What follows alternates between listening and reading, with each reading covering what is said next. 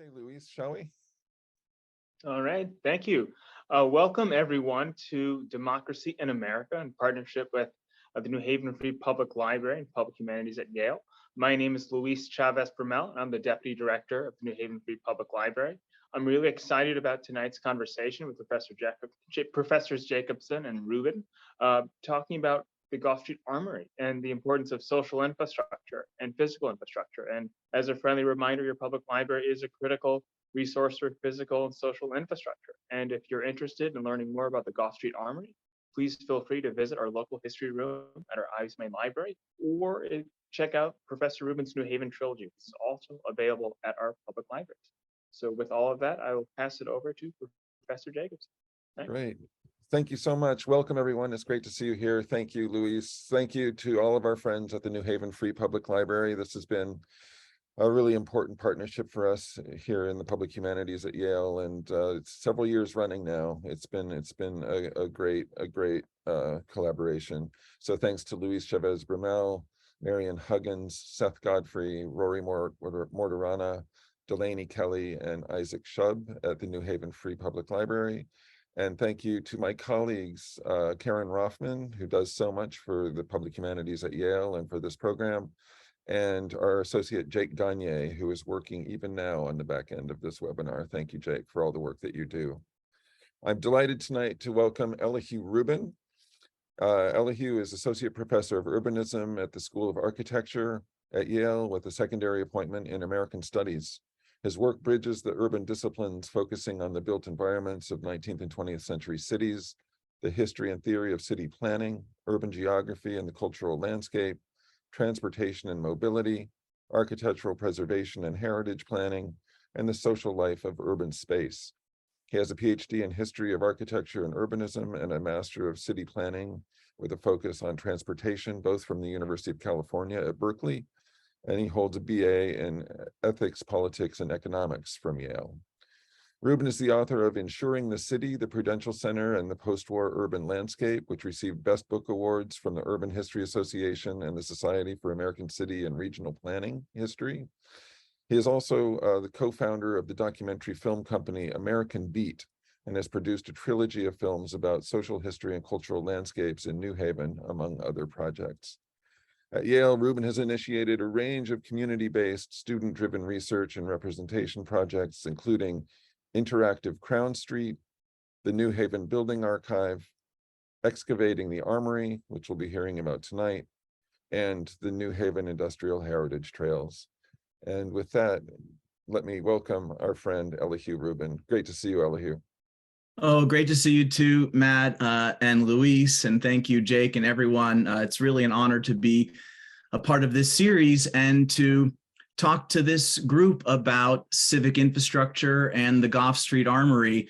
And I'm hoping that over the course of our conversation this evening, those of you with memories of the Goffe Street Armory might consider sharing them, jotting them down, contacting me with them later. I think we find that many people in New Haven and beyond have had a number of interesting experiences at the Goffe Street Armory over the years, and it would be great to continue to collect those stories. I'm going to go ahead and share my screen, and I'll press play. And so you can see my first slide, I hope. Yes, we can. Okay, terrific. So, Spaces for Democracy, the Goffe Street Armory as civic infrastructure. What is infrastructure? Probably a number of things might pop into your mind.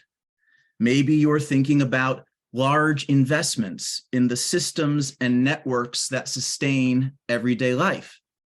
The regional water system, the generation and delivery of electricity, elements of everyday life that you usually only tend to notice when they're absent or not working. And we're increasingly aware that we can't always take these things for granted. Perhaps you're thinking of transportation infrastructure, the armature of roads, streets, highways that organize so much of urban space, or the transit networks like trains and buses that are vital to mobility in the city. Infrastructure sometimes masquerades as being neutral or rational. It tends to hide behind the politics of its production. But the location of highways or the location of bike lanes, the generation and distribution of electricity, these are products of a political process. They are contested. They are not inevitable. What then is civic infrastructure? One way to answer that question, and you're seeing my second slide now too, I hope. Yes, we are. Oh, good. Is with this panoramic postcard of the New Haven Green, the Lower Green, from the early 20th century, showcasing what amounts to the city's civic center with its city beautiful monuments like the library, courthouse, city hall, the post office, and federal court at that time. Places that were then and are now central to the functioning of a civil society and a democracy. And don't forget the New Haven Green itself, the city's most conspicuous and vital public space. Legally owned by the proprietors of the New Haven Green, it has contained important public events over the years, from the protests of May Day 1970, when thousands gathered on the Green to protest the trial of Bobby Seale, Erica Huggins, and 6 other Black Panthers accused of murder, believing it to be a political trial, or Occupy New Haven in 2011, when the proprietors of the Green tolerated and extended encampment that lasted from the fall through the winter of that year. The Green, as you know, has accommodated all variety of public expressions central to our democracy and qualifies, in my view, as a vital piece of civic infrastructure. And I wanted to show 2 of my favorite pictures, actually, of May Day 1970 that indicates some element of what has made the Green so successful as a public space over the year. Places where difference is ideally tolerated. I love the picture on the left. I mean, that man in the hat and coat and the 3 gentlemen next to him may not be sharing some kind of bonding moment necessarily, except for their mutual co-presence on that bench. Tolerating whatever differences might have been between them. Or the picture on the right where you have the hippie and the square working out some kind of political question on the Green. The Green as a political space, but also the Green as an everyday space where difference is tolerated.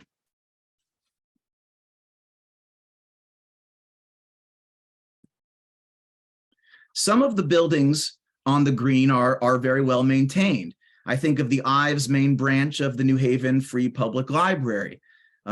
We now gather in a virtual space under the auspices of the library, but we know, as Luis has just said, that the physical space, the main branch, and I think very importantly, the neighborhood branches are absolutely vital elements of civic infrastructure. Access to books and periodicals, yes, but also the internet. Job opportunities. They're cooling centers in the summer, warming centers in the winter. These pictures are from just before its extensive renovation in the late 1980s. And someone out there is going to have to explain to me why in the children's room we have a mural of Rip Van Winkle, which I associate with the Hudson Valley in upstate New York. But does someone out there know why the children's room of the New Haven Free Public Library has a New Deal era mural, a beautiful, fascinating mural of the story of Rip Van Winkle? If you know, please tell me the reason why that particular mural is there. But in these brief remarks to kick off our conversation, I'd like to add another building to the pantheon of civic infrastructure in the city, the Goffe Street Armory, which has recently, just about a year ago, been given the distinction of status on the National Register of Historic Places. It was built by the state of Connecticut in 1930 and became property of the city of New Haven, transferred to the city of New Haven in 2009. But it has not received the same attention or status as a piece of civic infrastructure, at least recently, as so many of these other buildings. It is currently disused and has been allowed, for the most part, to deteriorate, even though it has already in the past served in the function of civic infrastructure and has great potential, limitless potential, to continue to serve as civic infrastructure long into the future. Some pictures here of the exterior and interior, and I'll show you more of those as we go. National Register status recognizes both the physical grandeur of the Goffe Street Armory, as well as the historical significance, its historical significance. And the Armory has played a variety of roles in New Haven's social history over the years. Not all of them heroic or celebratory, some of them difficult and nuanced, but many of them deeply nourishing to civic life in New Haven. As a physical space, the Armory is peerless. For those who have been inside, you know what I'm talking about. Like all or most armories, the Goffe Street's Armory structure is a very large drill hall, an open span room, a big room with crescent bow trusses holding the ceiling aloft, eliminating the need for any interfering supports or columns. Big open span space that was used as a space to drill for the militias, for whom, at least in part, the Armory was built. The drill hall is wrapped on three sides by what is known as a head house, 3 floors of rooms and corridors, in total 150,000 square feet in the Goffe Street Armory. The Armory, as I've suggested, was built as a military installation by the state of Connecticut. It replaced the Meadow Street Armory, which you see on the lower left, which was much closer to Union Station, sort of between downtown and Union Station. And this armory, built in 1930, the dedicating plaque is on the top, was intended to house 2 military institutions: the 102nd Regiment of the Connecticut National Guard, the New Haven Greys, and the 2nd Company of the Governor's Foot Guard. Many of you know that Connecticut, for sometime in the 19th century, at least 50 years, was co-capital of Connecticut with Hartford. And the governor would go back and forth accompanied by his foot guard. And one of the wings of the Armory that extends to Goffe Street was built explicitly for the foot guard. And just on the point of the New Haven Greys, although he precedes this Armory, the New Haven Greys, one of their great icons or mascots was Sergeant Stubby, that Sergeant Stubby on the lower right. Sergeant Stubby was a decorated World War I veteran, and there was not that long ago an animated film made about Sergeant Stubby, who was the mascot of the 102nd Regiment of the New Haven Greys. Armories were a very common element of the American cultural landscape in the late 19th century, and they play a part in American labor history. State militias, because state militias were sometimes called in to put down labor strikes. And this idea of the Armory and the militia as the source of state power vis-a-vis whatever kinds of public expressions, public democratic expressions in public space as a regulatory force is one aspect of the history of these armories and our armory as well. I mentioned earlier May Day 1970 as being one of the crucial events of the New Haven Green. Well, we know that the National Guard mustered at the red brick Goffe Street Armory in 1970 before heading down to the New Haven Green, where they sent canisters of tear gas to break up at one point in the evening this very large rally on the New Haven Green. So this is one part, the military history, which I think is very interesting. I mean, on the one hand, we may kind of debate the role of the militias and the armories with respect to labor history, as I suggested. But we also know that the militias of the Goffe Street Armory have served with great heroism and valor in many conflicts overseas, and have also served in the role of aid during disasters here domestically here in the United States. So it's not a simple story, it's a nuanced story like so many. But the Armory was not built exclusively for the military. From the beginning, the makers of the Armory intended it to be one of the city's big rooms. It was built as a multi-purpose space. And from very early on, there were a number of, a series of these civic activities, from, junior prom, mayoral inauguration balls, boat shows, antique shows, dog shows. The program on the lower left is pretty interesting. That's a reconversion conference that was held at the Armory in 1945. As you know, so many of our industries converted to wartime production, but then they had to figure out how to reconvert to peacetime production. And so the Manufacturers Association of Connecticut got together in the Goffe Street Armory to discuss how to reconvert. One of the most important and interesting civic events to occur at the Armory during the 1970s was the Black Expo. The Black Expo occurred in the Goffe Street Armory for 6 or 7 years during the 1970s.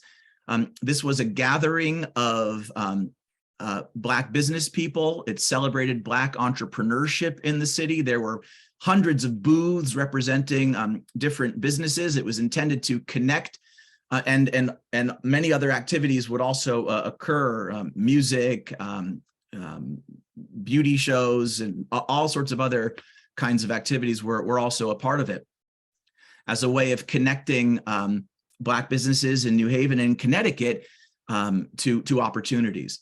And very recently, some of you may know, the Black Expo was revived here in Connecticut, and it took place over at the field house, the Floyd Little Field House at Hill House High School. I'd be very curious to know how many of you out there attended any of these events, the Black Expo, or any of these other balls or dances or antique shows that have happened at the Armory over the years. I would love to hear some of those stories. More recently, it has been the arts community that have found opportunities to express itself at the Goffe Street Armory. Notably, Art Space's citywide open studios, its Armory Weekend, which was held at the Goffe Street Armory between 2013 and 2017. These pictures show the outside and some of the installations and theater productions at the Drill Hall. But what I haven't illustrated here are the hundreds and hundreds of exhibitors, of artists who filled up the head house with these absolutely stunning artistic installations, showing and showcasing their own work, and sometimes, again, creating these installation pieces that were art, walking into the piece of art in and of itself. Shouldn't be surprising. It's so often arts and cultural institutions that see the potential of some of these large and, to some degree, disused spaces. 2017 was the last year of citywide open studios. From what I understand, it just barely squeaked by the fire marshal at that time, because the Armory had already been damaged, as I'll say a little bit more about as I go along. The roof was then and still is today broken and letting water into the building, and there were many aspects of it that made it not especially hospitable to this kind of activity, but it was allowed to go on through 2017, at which point the fire marshal, I think, put the kibosh on it. And I may not have that story exactly right, so please correct me. There may be other reasons there. It was in 2017 that I began my engagement with the Armory, working with students at the Yale School of Architecture to develop an exhibit that was about the Armory itself. And what we wanted to do was to create interactive exhibits around the history, architecture, urban position, urban geography, and to case studies of the adaptive reuse of other armories, and also to imagine its future. So we created a social history timeline, but using that city planner's favorite tool of the Post-it note, created a collective interactive history. And again, it turns out that many people have memories of the Armory in one form or another, from attending dog shows to meeting future partners there. We began to collect some of those stories. We wanted to create an architectural vocabulary because the Armory is one of those structures. It's so large, it sometimes hides in plain sight. But there's a tremendous amount of architectural interest in this building. All of the fancy brickwork and arches and corbelling and details that make it such a special building. And so we made drawings of the elevation, the section, some of the details, and of course the plans of the building itself as well. We wanted to research how armories in other cities have been adapted and reused. And this diagram is just the beginning of a much longer conversation about the different public, private, and nonprofit partnerships that have gotten together to help revive armories in many different cities which had been evacuated by its military purposes, which, if I didn't mention or say clearly enough, occurred finally at our armory in 2009. The 102nd Regiment, I think, had already concentrated itself in the Hartford Armory. In 2009, the 2nd Company, the Governor's Foot Guard, decamped for the Branford Armory, leaving it without a regular user from a military institution. Of course, our armory is not alone in that, and there have been many different solutions, from community functions, homeless shelters. Many armories in Brooklyn are used as homeless shelters, recreation, indoor sports, commercial and corporate uses, educational uses, sometimes even housing, nonprofits, universities. Many different users have come into these places. We also built a model of the Armory, which was especially popular amongst the younger visitors to our exhibit. At one point, we had 4 or 5 young people between the ages of 4 and 7 who were serving as our consultants on the future of the Armory. It was something that they took very seriously, and we helped make little models to embody their dreams for the future of the Armory, which I thought was very appropriate, because it's for them that we want to preserve this Armory. It's to hand it over to them, and we wanted to give everyone a chance to imagine its future. You can see this young person taking her role as Armory planner very seriously, and having fun with it. At one point, we had a rock climbing gym, an amusement park, and an arcade in the drill hall, which is not even so far-fetched given how generous a space that it is. But it wasn't just young people imagining the future of the Armory. It was everyone who visited, using just Sharpies on a large piece of paper to envision Armory futures. And there were hundreds and hundreds of entries here, which we cataloged. And I can show you this sort of programmatic diagram to give you an indication of every single element that was mentioned on that board. There were some duplications there, and we split them up by, general program: social services, recreation, housing, commercial, arts and culture, religious, event space, government, garden, and then the more specific elements all around it. And this is a community conversation that all of us should continue to do. There is potential in the Armory to satisfy many of these uses. And my feeling is that we should continue to talk with each other about what will be the most desirable and the most successful elements. Because the Armory, as I've suggested, has not been especially well cared for over the last 13, 14 years or so, or since 2009. When the Governor's Foot Guard left. You see on the upper right that where the drill hall meets the head house, the roof is broken and it is pouring water into the building. And every year that that roof goes unfixed adds adds greatly to the expense of ultimately rehabilitating this structure. So we've asked the city now to do everything in their power to stabilize the structure and to try to protect this part of the roof in order to do everything that we can to preserve opportunities to adapt and reuse it in the future. Every dollar we spend now will save exponentially dollars in the future on stabilizing this structure. I mean, for you urban explorers and ruin hunters out there, this might look like an attractive picture, but in truth, having all of these trees and ivy growing out of the armory is not itself a very good thing. We're going to need to spend a lot of money to restore the armory, and the conversation I want to have with you is to think about the different stakeholders, the different anchor tenants that would find the armory a useful and desirable place to locate themselves.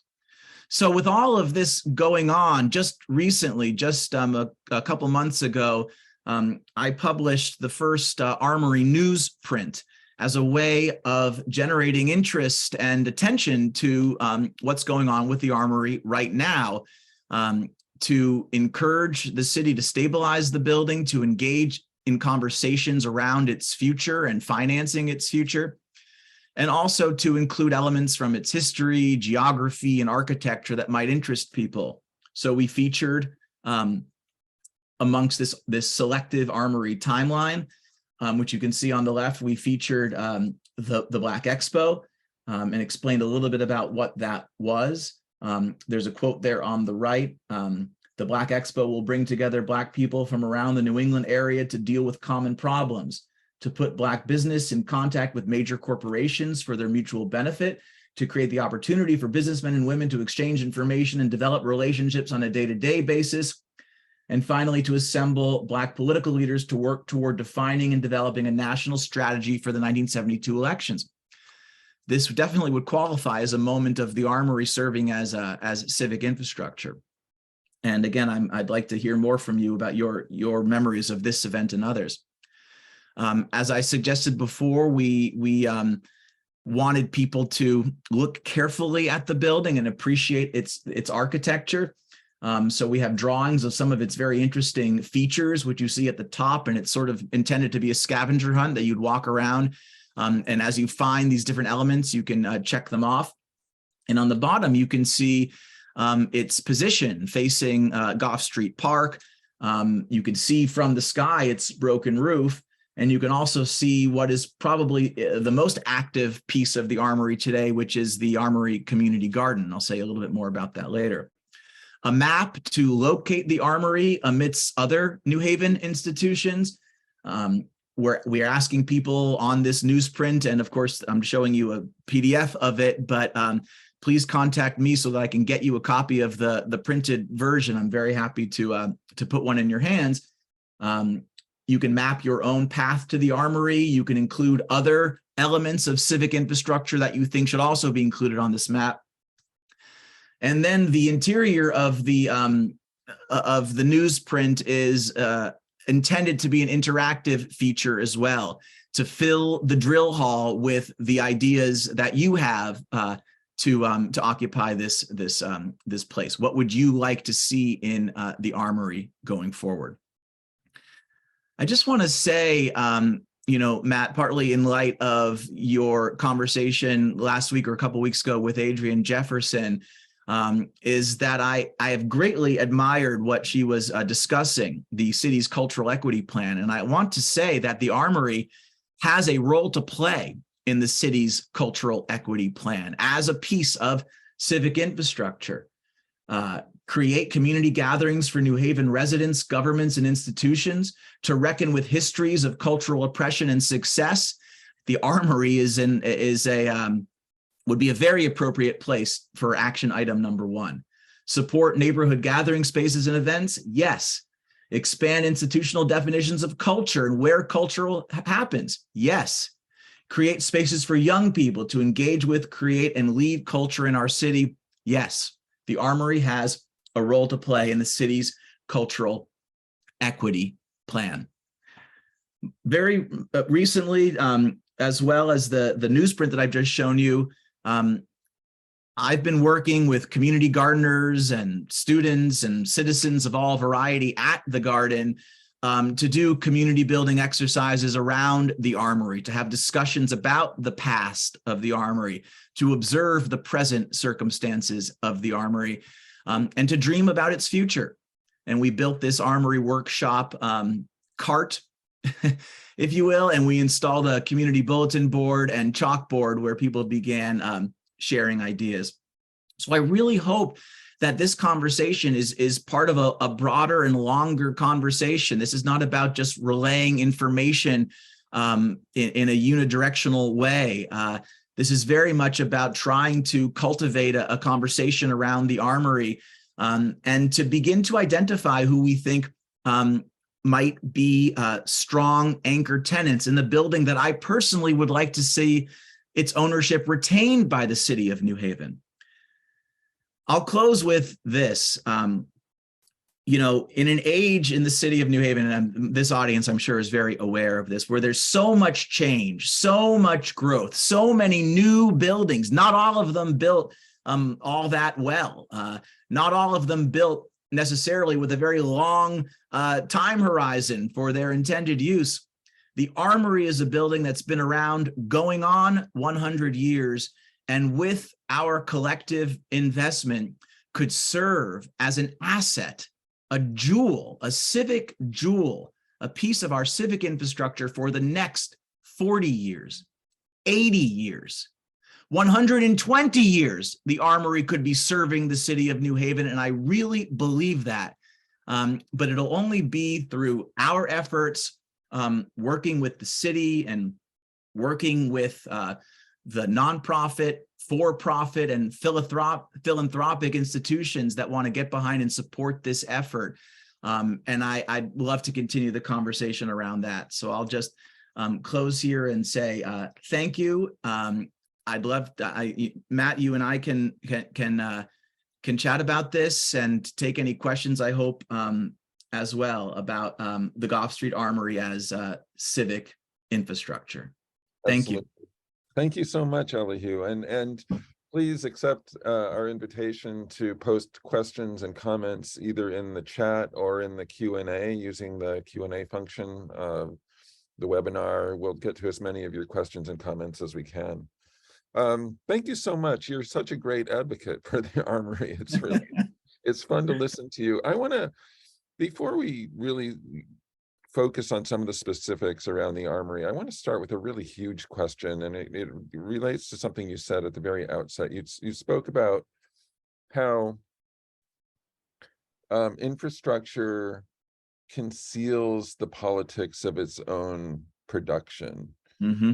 That is a really profound insight, and it leads to all kinds of, I mean, this is where you live, I understand, professionally, but can you talk a little bit about what does the built environment in a city like New Haven, what does the built environment teach about democracy? And what are some of your practices in reading the built environment for what it does have to teach about democracy? Thank you for that question, Matt. I mean, I might start by giving a kind of general position on the built environment. Because the built environment in general, and certainly infrastructure, it does masquerade as being natural or inevitable because it's there. It's all around us as these solid pieces of our surroundings, but the presence of every building represents the absence of something else.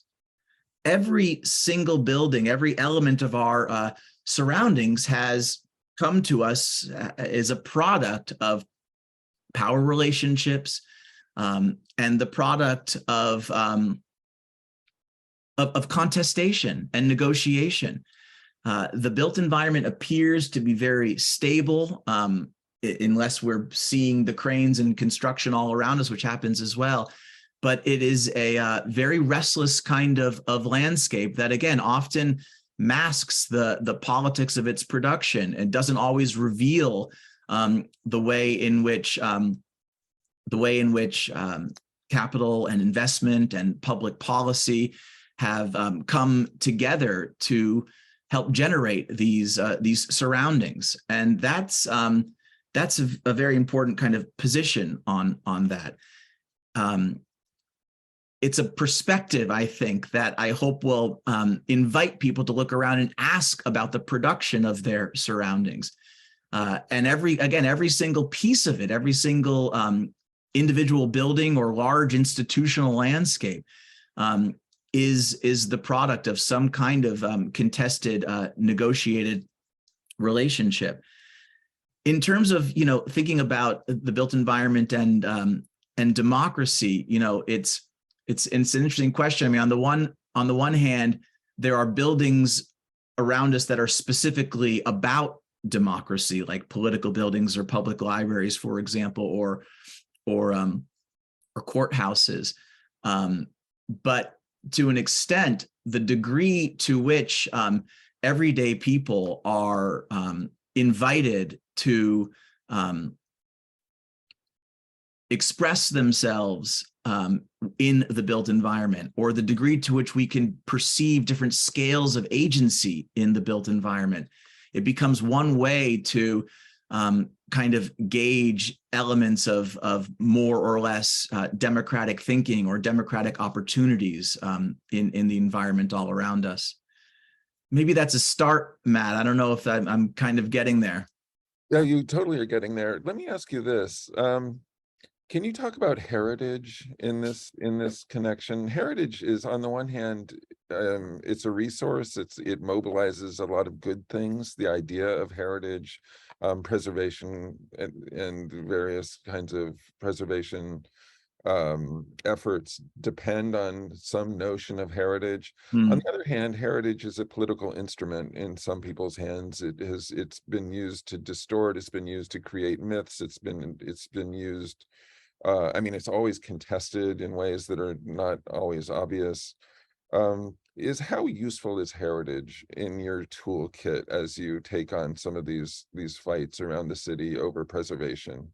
Yeah, I mean, I take the same position that that you just articulated, Matt, that heritage is usually some kind of instrumental deployment of some partial piece of history for some position. I mean, that's not to say that some of those storylines aren't authentic or true to some degree, but heritage has a tendency to flatten and to call out the elements of some place important to the people who are sponsoring the heritage itself. In some sense, heritage is as interesting for the people who sponsor those campaigns as it is about the actual substance of the story that's being told.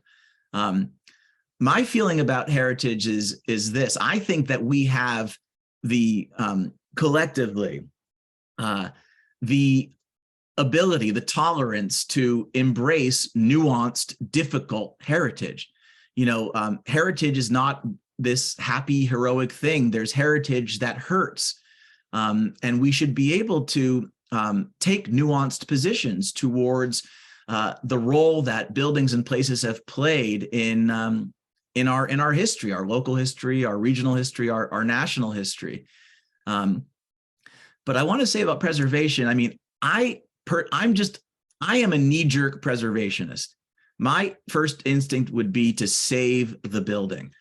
And that's often controversial. Not every building may be considered worth saving. Not every building may be distinguished architecturally by one person's standards or another. But I feel so strongly that, especially now in New Haven, which is changing so quickly with new buildings, that the presence of old buildings and the investment that will be required to upkeep them is going to be so important to sense of place, to establishing continuity. over time, and for giving some of the newcomers to the city, and presumably there are newcomers, some of them transient, some of them staying for longer, some sense that they're part of a place that has a history that precedes them. Right. And we want to be able to put forward, again, complicated stories about the past. The problem with heritage has always been that it turns complicated stories into, mythologies, cinematic mythologies in some sense. But we can handle complicated histories, and I think we should encourage it. Yeah. Let's turn to the Armory in particular. I mean, one of the beauties of this site, and some of the uses it's been put to, and some of the envisioning around it.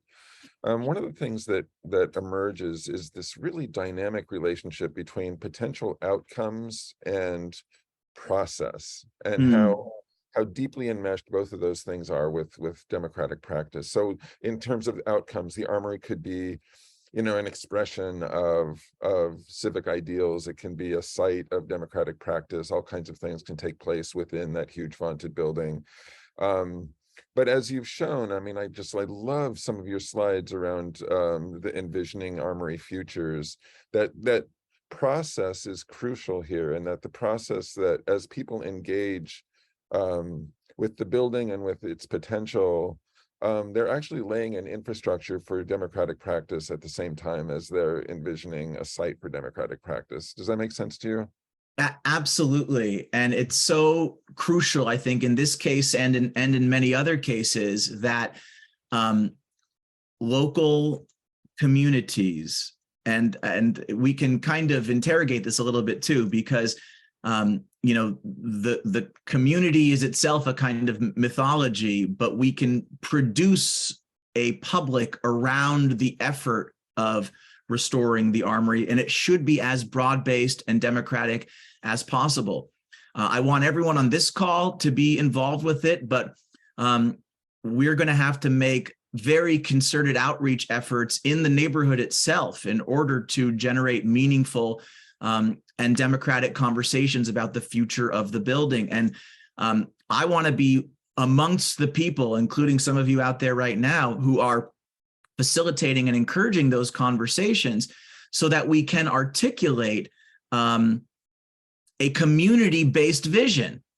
And if we don't articulate a community-based vision, we're at the whims of whatever expedient solution might present itself at some point in time to the city, who sees it as a liability. I don't think the city does or should see it as a liability. They can and should, and many people in the city do see it as this incredible potential asset. But the disconnect there, Matt, is a real issue, because at a certain point, it's going to take tens of millions of dollars to bring the Armory back as a fully functional place. Right. And we want to articulate a community vision to begin to solicit and invite and encourage some of these financial stakeholders to come to the fore. Yeah. I'd love to discuss this with people, because again, my vision is it's owned by the city. I'd like to keep it in city hands, and then we may need to find who are those anchor tenants that are willing to play a role to help embody some of the community ideas that are coming out in an organic, hopefully democratic process. Yeah, some questions have started to come in, and they bear on exactly this. So let me read you well, we'll take them one at a time, but I think the first couple are related. So first question: this seems like such a great idea, and so many people in the community seem to agree with you that it would be great for New Haven. The it here is the development or redevelopment of the Armory. So is the primary resistance to making it happen simply only primarily the cost of restoring and maintaining it? The short answer is yes. It is extremely costly. And, recently the city has announced that they're going to be putting money into a number of sort of smaller scale community projects. The Barbell and the Hill, the former on Trowbridge Square, is one outstanding example. And it's fantastic that those projects are going forward. And there are a number of smaller ones as well. But the scale of the Armory is so exponentially larger than these smaller projects that it can be intimidating. And I think that part of the issue is the cost of restoring and maintaining it. Part of it, I have to say, is just straight up political will as well, to say that we're going to do what it takes to, over time, phase in different uses. I'd like to get people accustomed to the idea that we might not get it all back all at once. What if we started just to stabilize the drill hall and start having public events in there, start actualizing it as a piece of civic infrastructure, and that some of these envisioning sessions could be taking place in the drill hall itself, which is a very inspiring place to have an envisioning session. And so thinking creatively about allowing for phased renovation and phased occupation of the building, I think, is very important as well. But the short answer is yes, the cost is very, very high.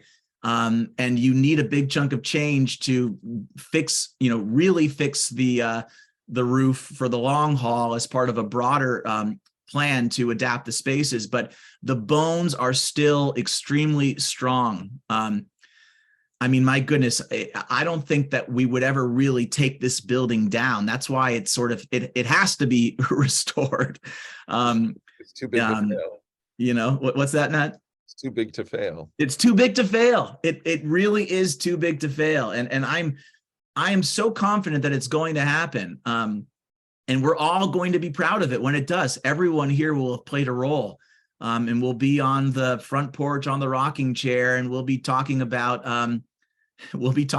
when we got together and pulled together the plan and the wherewithal to renovate this. And Matt, the challenge will be to make the process as democratic as possible. Yes. Well, here's another question. I mean, so you mentioned the envisioning session. Somebody asked, have there been recent envisioning sessions? I don't know what year that was from the photographs that you showed us, but also are there future ones being planned already? I would love to start planning future ones. And yes, we will be having more envisioning sessions, but I think what we want to do is the process that I'm engaged in right now is actually more around door-to-door awareness raising in the neighborhood itself. I think it's really important to inform people who are quite proximate to the Armory, who may or may not be on this call, but who may have very strong interests in the Armory, wanting to be engaged with it. So we really have to do the outreach again to have those kinds of democratic envisioning sessions, and not just a smaller group of people who are kind of already predisposed to those kinds of conversations. But the most recent one happened at a Gather New Haven event in oh nuts, I'm forgetting the date now. I guess it was late October or early November, where we wheeled the cart onto Goffe Street Park, and we had many conversations with people who were there for the Gather New Haven Festival of Health and Wellness. Gather New Haven, as you may know, helped sponsor so many of these community gardens. And we generated many additional ideas around the Armory. Well, I was impressed that, not that you have to share it again, but that one slide you showed us that kind of charted some of the ideas that came out of that envisioning session, and it broke it down. Do you want me to pull it up, Matt? Or actually, that would be great. I would love to hear you speak about that in a more granular way, because I was impressed by how much the group actually generated in terms of their thinking on this question. Right. So first of all, I want to credit students. Oops. I want to credit students. What is it doing now? I better stop this before it gets out of control. Oh, can you see it though? The cataloging futures? For a minute we did, yes. It's gone now though, huh? It's gone, but that's okay. You can just talk us through it. I'll talk you through it, because that particular wheel was created by School of Management students who I've been working with as well, with Professor Kate Cooney, who runs the Inclusive Economic Development Lab. And they helped with that particular visualization. And myself and my students went and read every single thing and kind of cataloged it. But Yeah, I mean, the way all of these are good ideas, but a number of things kept coming up. I mean, and I could talk a little bit about that. I mean, the idea that a space like this may have some revenue generating uses. There may be offices built to suit for anchor private tenants. There could be, and this has come up quite a lot in conversations, community incubator spaces for new businesses. There may be a health food market or a dance space or a yoga studio, all of which might, some of which may be, rented in for revenue. And then there are non-revenue generating spaces that are given over to gatherings and community groups as they choose to occupy the space. And then the drill hall becomes this, regional venue, really. This audience knows before there was the Coliseum, there was the New Haven Arena. Now we have neither the arena nor the Coliseum. What is the city's big room? This is it. This is the big room. And you could bring Long Wharf Theater in to have theater productions, and you could have community theater, and you could have high school theater.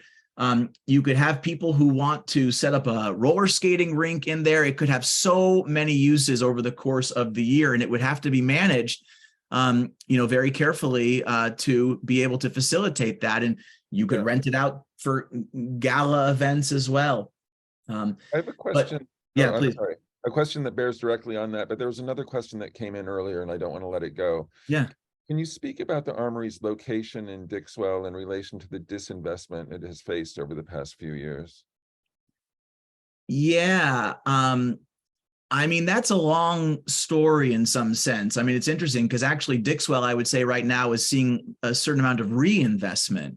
The new Q House has opened on Dixwell Avenue, and there are very ambitious plans that have been announced by Concat to renovate Dixwell Plaza.